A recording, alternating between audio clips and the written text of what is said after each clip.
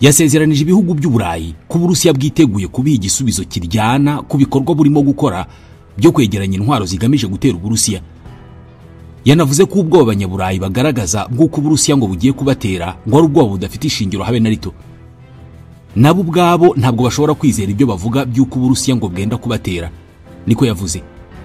Mu mpera z'icyumweru gishize ubwo yari mu nama y'ihuriro rya politike y'ububanyi n'amahanga mu mujyi wa Sochi, Perezida Putin yavuze ko abanyaburayi arabaswa cyane niba bizera ibyo bavuga by'uko Uburusiya ngo bwenda kubatera, kubera ko ntabwo byumvikana uburyo umuntu yakwizera ibintu nk'ibyo. Niba kwizera ibingibi batabiterwa n'ubuswa, ubwo bagomba kuba ari indyarya, niko yavuze. Putin yavuze ibi abishingiye ku bikorwa by'Uburayi byo kwisuganya mu buryo bwa gisirikare, ku buryo Uburayi busa n'ubwitegura intambara n'Uburusiya. Yanavuze ko igisubizo cy'uko kwisuganya k'Uburayi bwitegura intambara ngo kizaba igisubizo cyiza kandi gikwiye. Yagiye kure, atangira kuvuga bimwe mu bihugu mu mazina. Ati nk'urugero, Ubudage buvuga ko igisirikare cyabwo kigiye kuba igisirikare gikomeye kurusha ibindi mu Burayi bw'Uburasirazuba bwose. Ati ibyo tuzabireba. Uburusiya nta na rimwe buzagaragaza intege nke cyangwa se ngo buzarire mu gufata icyemezo. Gusa nta na rimwe dushobora kwirengagiza ibirimo kuba. Yavuze ko rwose Uburusiya bwiteguye kwihagararaho igihe Uburayi bukomeza guha intwaro Ukraine, avuga ko ibingibi ari byo birimo gutuma intambara itarangira. Iba hanini nibyo yavuze ko Uburusiya burimo gushakira igisubizo. Ubu bwoba ndetse no kwisuganya kw'igisirikari hagati y'Uburayi n'Uburusiya bisobanura iki?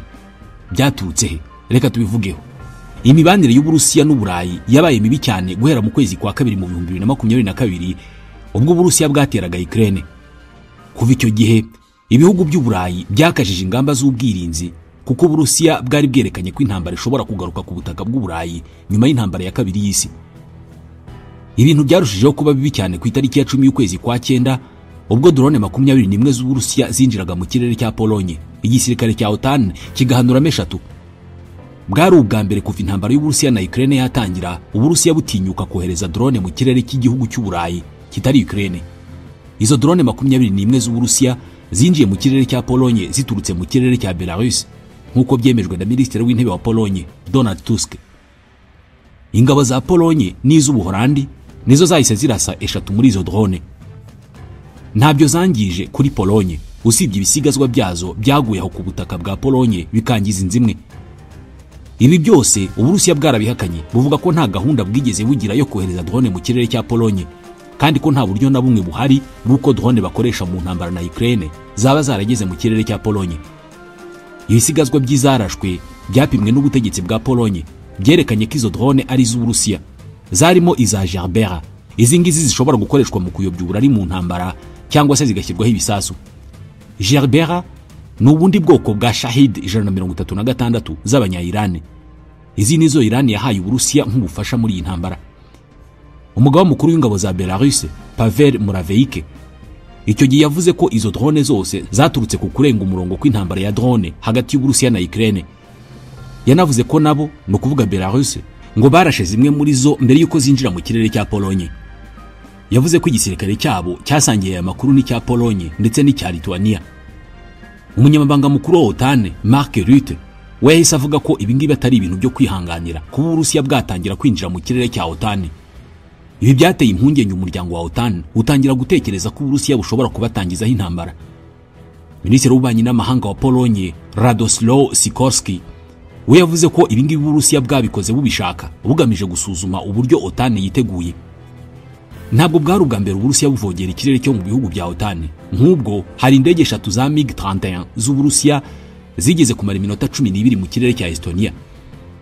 Ku itariki ya 13 y'ukwezi kwa 9 nabwo hari drone y'Uburusiya yinjiye mu kirere cya Estonia. Icyo gihe igisirikare cya Estonia cyahise kivuga ko atari ubwa mbere indege y'Uburusiya yinjira mu kirere cyayo, ko ahubwo iyo yari inshuro ya 11 kuva intambara y'Uburusiya na Ukraine yatangira. Ejo bundi ku itariki ya 25 y'ukwezi kwa 9 noneho hari hatahiwe Denmark. Drone byemejwe ko ari z'Uburusiya zabonetse mu kirere cy'iki gihugu, bitera ubwoba abayobozi b'icyo gihugu bavuga ko ari igitero cy'uruhererekane gisa n'icyaba cyakozwe n'umuntu bifitemo ubuhanga. Ikibuga cy'indege cya Aalborg giherereye mu majyaruguru y'igihugu aho ayo madrone yabonetse cyahise gifungwa by'akanya gato. Hari n'ibindi bibuga by'indege bito bya Esbjerg ndetse na Sonderborg n'ikindi cya Skydrop byo mu majyepfo y'igihugu nabyo byavuze ko byabonye ayo madrone, ariko byo ntibyigeze bifunga.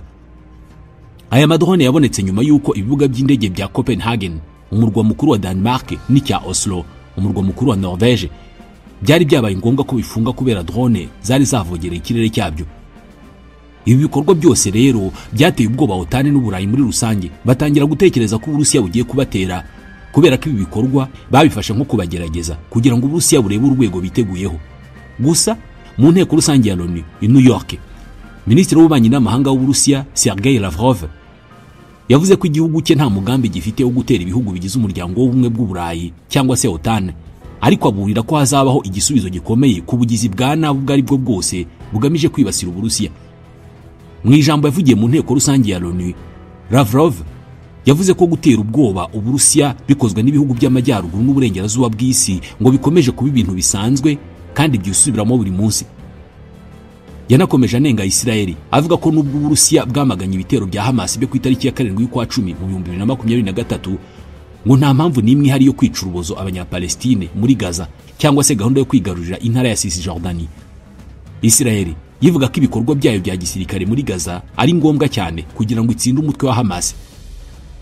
Ku bijyanye n'umwuka w'intambara ukomeje kugaragara i Burayi, Lavrov yaragize ati ibimenyetso by'ibitero cyangwa se ibyago byo gukoresha ingufu ku Burusiya bushinjwa ngo kuba burimo gutegura igitero ku muryango wa OTAN n'umuryango w'ubumwe bw'Uburayi biragenda biba ibintu bisanzwe.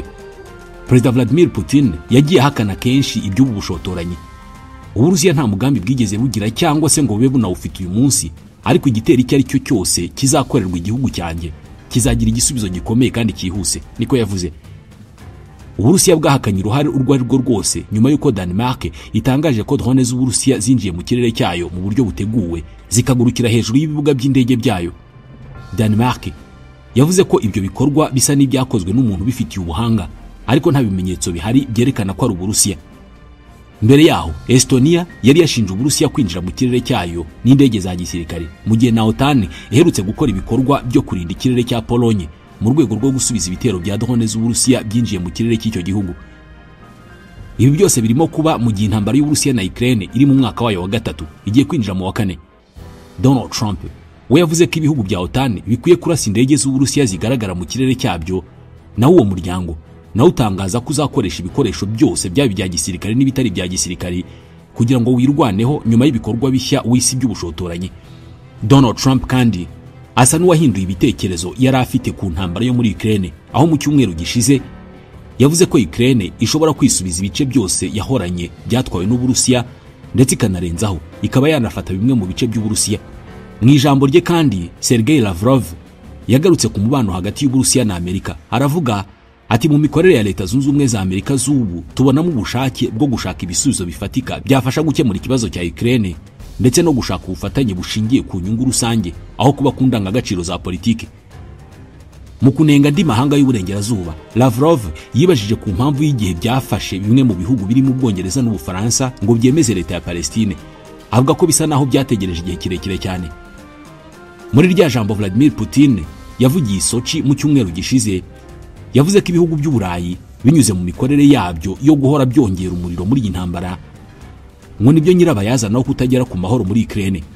Ati ibihugu byose bigize OTAN biri mu ntambara natwe kandi noneho ntabwo bikibihisha. Yongeraho ko ibyo bihugu bifatanya mu bikorwa bya gisirikare binyuze mu kigo gitanga amakuru y'ubutasi kandi kigatanga intwaro. Perezida Vladimir Putin yashinye nanone Perezida wa Leta Zunze Ubumwe za Amerika Donald Trump, avuga ko bombi baganiriye ku buryo bwo kurangiza intambara ya Ukraine no gusubizaho umubano hagati y'ibihugu byabo mu nama yabereye Alaska mu kwa 8.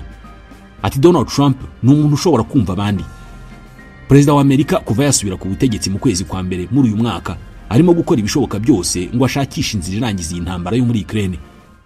Kugeza ubu Uburusiya ntabwo buragaragaza ubushake bwo kugirana ibiganiro byo kurangiza iyi ntambara na Ukraine, ahubwo bukomeje gutsimbarara ku byo busaba birimo ko Ukraine yareka burundu gahunda yo kwinjira muri OTAN kandi ikemera gutakaza bimwe mu bice byayo. Kimwe mu bigaragaza ko ibihugu bya OTAN birimo kwitegura intambara n'Uburusiya n'uburyo biba maso iyo Uburusiya bugize icyo bukora muri Ukraine. Nk'ubu Perezida wa Ukraine Volodymyr Zelensky muri izi mpera z'icyumweru yavuze ko abantu 5 bapfuye, abandi babarirwa mu bihumbi za mirongo basigara nta muriro w'amashanyarazi bafite muri Ukraine nyuma y'ibitero bikomeye bya missile na drone Uburusiya bwagabye kuri Ukraine mu ijoro ryo kuwa 6 rishyira ku cyumweru. Minisiteri y'ingabo ya Polonye, umuturanyi wa Ukraine, yemeje ko yahise ihagurutsa indege zayo z'intambara mu rwego rwo kurinda umutekano w'ikirere cyayo. Indege z'intambara zo mu muryango wo gutabarana w'Uburayi na Amerika OTAN, umuryango na Polonye irimo, nazo zahise zoherezwa muri icyo kirere. Abantu bane bo mu muryango umwe barimo n'umukobwa w'imyaka 15 bishwe n'icyo gitero cyagabwe mu cyaro cyahitwa Lapayivka. Ni muri ibyo bitero byibanze mu mujyi wa Lviv, umujyi uri hafi y'icyo cyaro mu burengerazuba bwa Ukraine. Minisiteri y'ingabo y'Uburusiya yavuze ko yagabye igitero kinini cyane kandi cyagenze neza ku gisirikare cya Ukraine no ku bikorwa remezo bya Ukraine. Ibitero byo mu mujyi wa Lviv byamaze amasaha menshi, bituma serivisi zo gutwara abantu n'ibintu ziba zihagaritswe ndetse n'umuriro w'amashanyarazi urabura.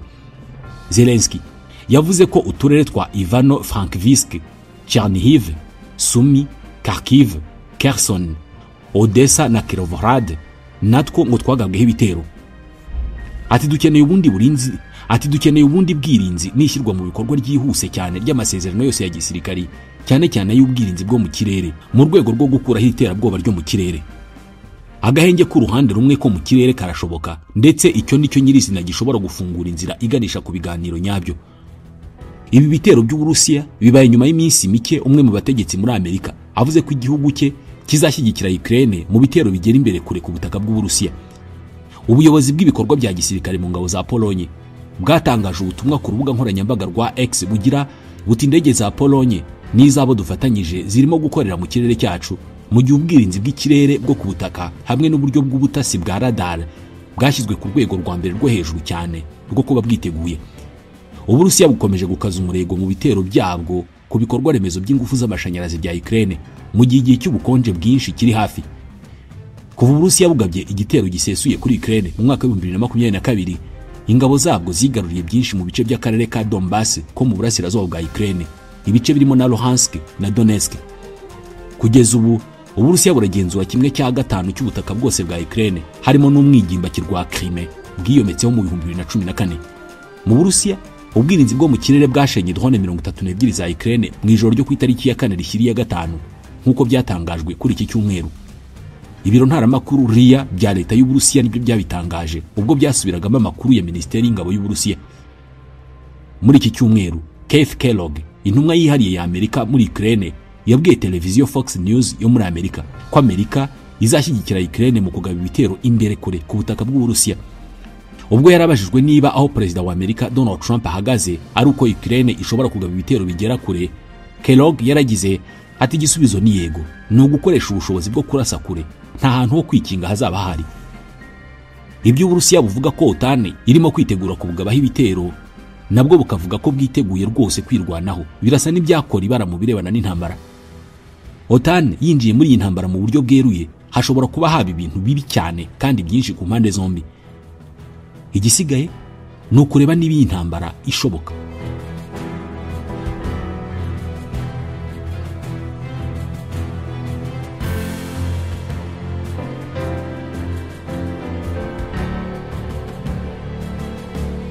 Umwana wavutse mu kwezi kwa kabiri mu 2022 ubwo Uburusiya bwatangizaga intambara muri Ukraine, ubu niba yarakuze neza arimo kwiga mu kiburamwaka Guardian. Abaye yaravukiye mu bihugu biteye imbere cyangwa se biteganya gutera imbere vuba. Intambara bavukiye rimwe iracyakomeje ndetse nta cyizere ko ishobora kurangira vuba. Nubwo Perezida wa Leta Zunze Ubumwe za Amerika Donald Trump amaze igihe akora ibishoboka byose ngo ahuze Vladimir Putin na mugenzi we Volodymyr Zelensky wa Ukraine. Havuzwe byinshi: ubufasha Amerika n'ibihugu by'Iburayi biha Ukraine, ibihano byafatiwe Uburusiya, imijyi yahindutse amatongo kubera ibisasu muri Ukraine, abasirikare ba Ukraine bapfa umunsi ku munsi kugera ubwo n'ingimbi n'abangavu barimo kwingingirwa kujya mu gisirikare n'ibindi. Icyakora muri aya makuru yose ni gake twumva amakuru ajyanye n'Uburusiya, cyane cyane ingabo zabwo ziri ku rugamba. Impamvu nuko Uburusiya bwigengesera ku makuru ajyanye n'igisirikare cyabwo ajya hanze, maneko z'abanyaburayi n'abanyamerika bikaba bitakiborohera kubona amakuru y'indani yizewe. Amakuru menshi duheruka ku gisirikare cy'Uburusiya nayo mu 2023 ubwo Yevgeny Prigozhin wayoboraga umutwe wa Wagner wafashaga ingabo z'Uburusiya kurwana, yayoboraga abasirikare be abajyanye Moscow kwigaragambya kuri Putin.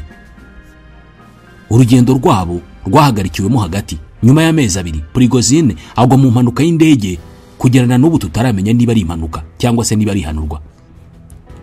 Intambara y'imyaka 4 ntabwo ari ubusa. Ibihugu birwana umunsi ku munsi kandi bigakoresha abantu mu kurwana.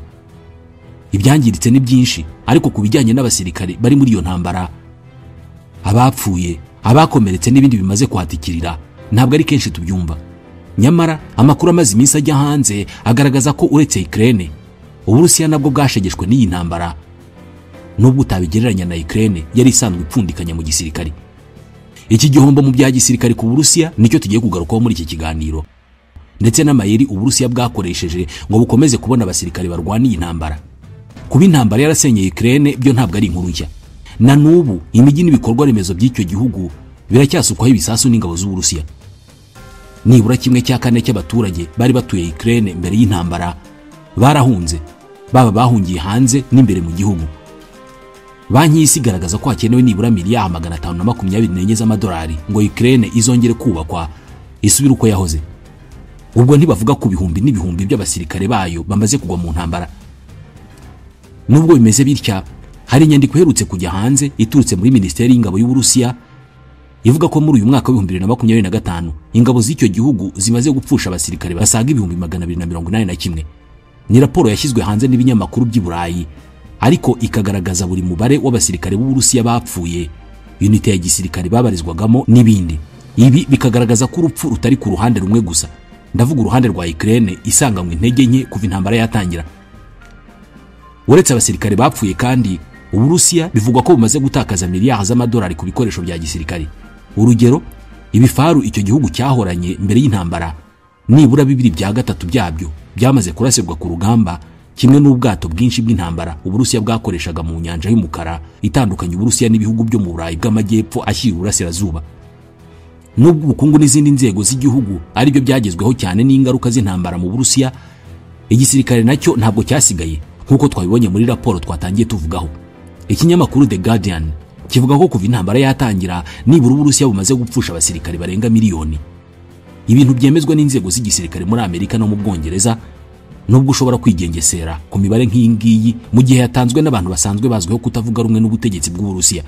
Bivugwa ko abasirikare Uburusiya bumaze gupfusha muri iyi myaka 4 bakubye inshuro 5 abo bwapfushije kuva intambara ya kabiri y'isi yose irangiye.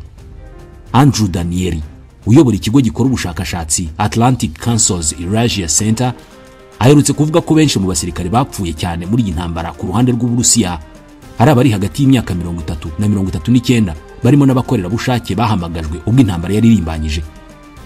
Ikinyamakuru cyo mu Burusiya Media Zona ku bufatanye na BBC ishami ry'Uburusiya baherutse gushyira hanze imibare bavuga ko nibura kuva intambara yatangira hari abaofisiye basaga 6,000 biciwe muri Ukraine, harimo abafite ipeti rya General 12.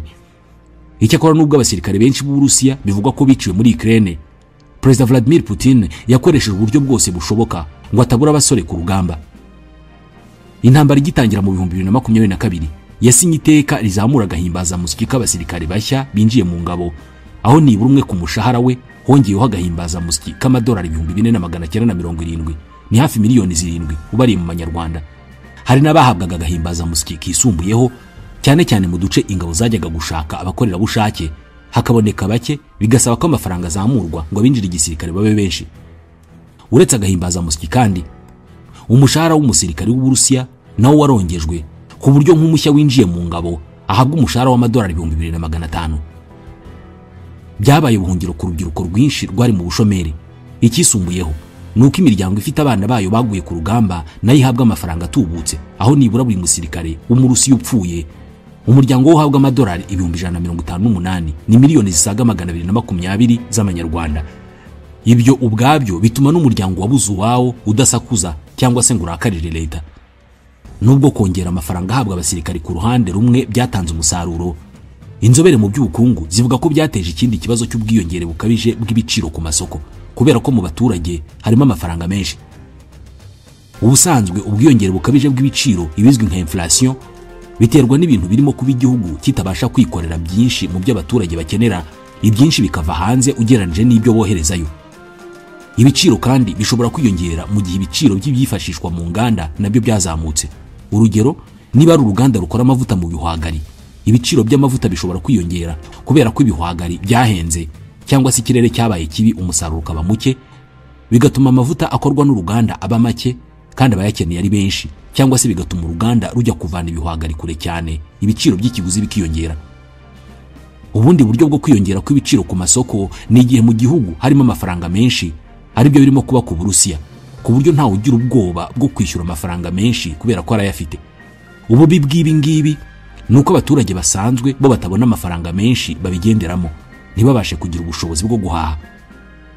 No mu Burusiya raporo zivuga ko byatangiye kubaho kubera ko nubwo umusirikare usanzwe yinjiza hafi amadolari 2,500, umuturage usanzwe we impuzandengo y'umushahara we ku kwezi ni amadolari 1,200.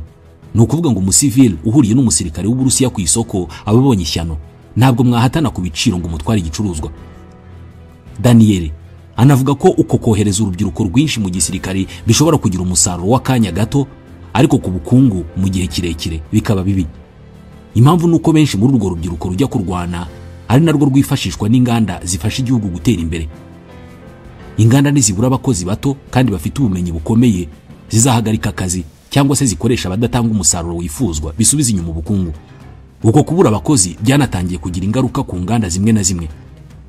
Hari raporo y'umuryango Carnegie Endowment iherutse kuvuga ko inganda nyinshi zo mu Burusiya zirimo gukora ku kigero cya 81% kubera ko hari abakozi zitabasha kubona uko zibyifuza. Uretse ibijyanye n'imfu z'abasirikari no kubura abakozi, iyi ntambara yanashegesha Uburusiya mu kugabanuka kw'abaturage kubera ko hari abahise bahunga bacyumva ko igihugu cyabo kinjiye mu ntambara. Abenshi bahungiye mu bihugu byahoze kuri Leta Zunze Ubumwe z'Abasoviete nka Georgia na Kazakhstan, bisanzwe bihana imbibi n'Uburusiya. Hari n'abifite bagiye kure nko mu Burayi, Aziya na Amerika y'Amajyepfo, bategereje kugaruka mu gihugu ari uko intambara yarangiye. Kaminuza ya Stanford ivuga ko guhera mu 2022 nibura abarusiya basaga miliyoni bahunze igihugu. Abenshi muri aba barusiya ngo nabageze mu mashuri makuru na kaminuza, bisobanuye ikindi gihombo kuri za nganda zari zikeneye abakozi. Intambara kandi yatumye umubare w'abana bavuka mu Burusiya ujya hasi cyane, ari nako abapfa biyongera cyane cyane abagabo. Ikigo kibarurisha mibare mu Burusiya mu kwezi kwa kane muri uyu mwaka cyavuze ko hagati y'ukwezi kwa mbere n'ukwa kabiri mu 2025 abana bavutse mu Burusiya bwose basaga gato 195, nigabanuka rya 3% ugeranije n'abana bari bavutse mu mezi nkayo ngayo mu 2024. Birumvikana ikigo cya leta ntabwo cyari gutangaza ko kugabanuka kw'abana bifitanye isano n'intambara. Icyakora bavuze ko hakenewe ubukangurambaga abantu bagashishikarira kubyara abana benshi, service zo gukuramo inda zikagabanuka cyane, ndetse hagatanga uduhimbaza musyi ku bantu bafite imiryango yagutse, ni ukuvuga ababyara cyane. Raporo ya Carnegie Endowment kandi igaragaza ko abaturage b'Uburusiya barengeje imyaka 65 bakomeje kwiyongera, kubera ko nibura bagize 18% by'abatuye Uburusiya bose, bikaba ari ubwa mbere icyo gihugu kigize umubare ungana gutyo w'abakecuru n'abasaza. Bisobanuye ko abageze mu zabukuru barimo kurusha urubyiruko umuvuduko w'ubwiyongere. Ibi ni ibintu bishobora kubera umutwaro inzego zishinzwe pension ndetse na service z'ubuvuzi. No mu mibare abaturage b'Uburusiya bagenda bagabanuka. Nko mu 2022 ikigo gishinzwe abaturage muri Loni cyatangazaga ko Uburusiya bufite abaturage miliyoni 147, ariko kuri ubu icyo kigo gitangaza ko Uburusiya bufite abaturage miliyoni 144, bivuze ko hari miliyoni 3 zagabanutse. Loni itanga inama ko Uburusiya butagize icyo bukora bizagera mu mwaka w'2100 abaturage babwo baragabanutseho miliyoni 57 ugeranije n'abaturage bufite uyu munsi.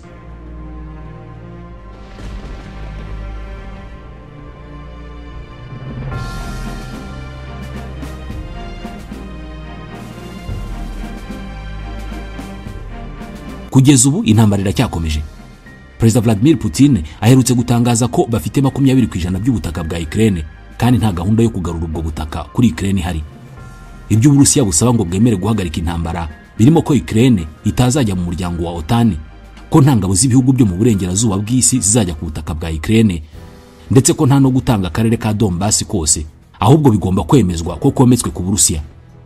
Ibyo Uburusiya busaba bwabishyikirije ku mugaragaro Leta Zunze Ubumwe za Amerika nk'uko Reuters ibivuga.